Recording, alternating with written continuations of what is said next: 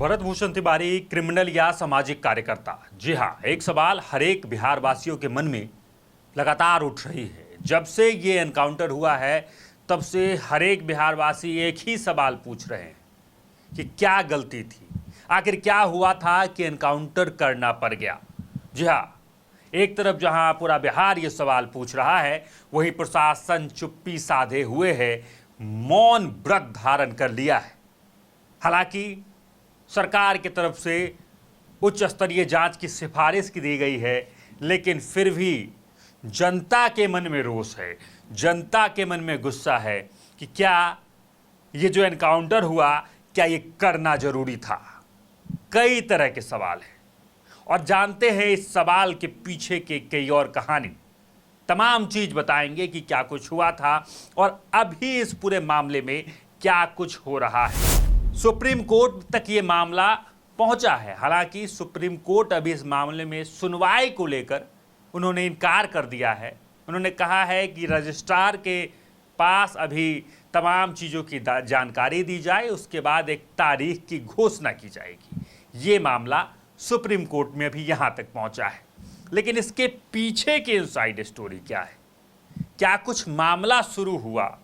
कहाँ से ये मामला शुरू हुआ? क्या ये कहानी इसी महीने की थी या ये कहानी बरसों से चली आ रही थी? ग्रामीण कहते हैं कि भरत भूषण तिवारी गांव में हो रही अनियमितता को लेकर लगातार आवाज उठाते रहे हैं। गांव में जो भी गलतियां होती हैं उसको उजागर करते रहे हैं, उस पे सरकार से, प्रशासन से कड़े सवाल पूछते रहे हैं। और कोई ऐसा व्यक्ति जो समाज हित में काम करे, क्या एनकाउंटर करना जरूरी है? क्या बैठकर बातें नहीं हो सकती थी? अगर आप ही उन्हें मानसिक विक्षिप्त मानते हैं तो क्या मानसिक विक्षिप्त इंसान पर गोली चलाना किस हद तक सही है? ये तमाम सवाल हैं, कई और सवाल हैं और इस सवाल के अंदर भी घुसेंगे तो और भी कई सारे सवाल निकलेंगे।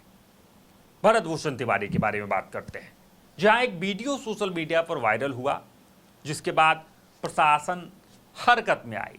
प्रशासन उनके गांव बिठौली पहुंचती है, जो भोजपुर में है, भोजपुर से 25 किलोमीटर दूर।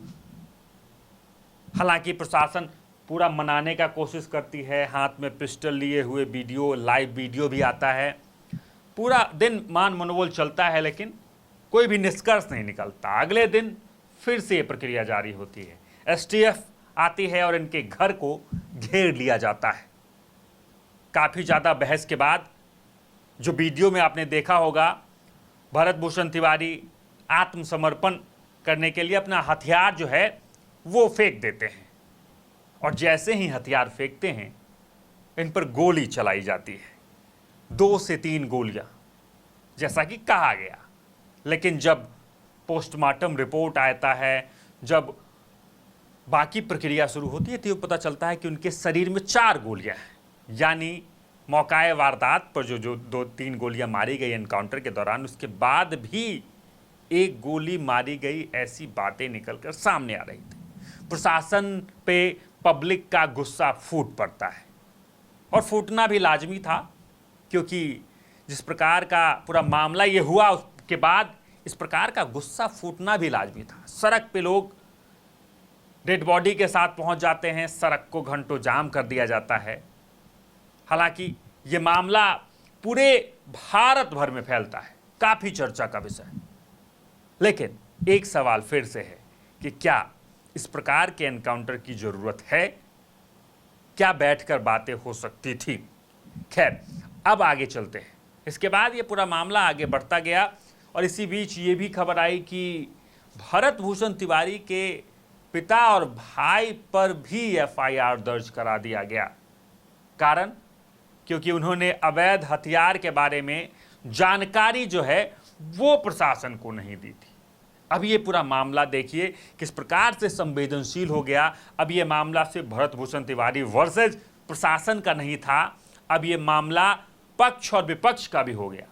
सत्ता पक्ष से लेकर विपक्ष तक तमाम लोग उस गांव पहुंचे, सांत्वना देने पहुंचे। वहां से एक बिगुल बजी, एक क्रांति के तौर पे आगाज हुआ।